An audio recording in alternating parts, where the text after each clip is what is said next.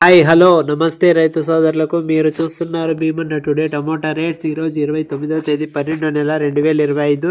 ఈరోజు సోమవారం. ఈరోజు మన Madanapalle tomato stock and rates ఈ వీడియోలో తెలియజేస్తాను. ఇక మన వీడియో చూస్తున్న వాళ్ళు ఒక లైక్ చేయండి.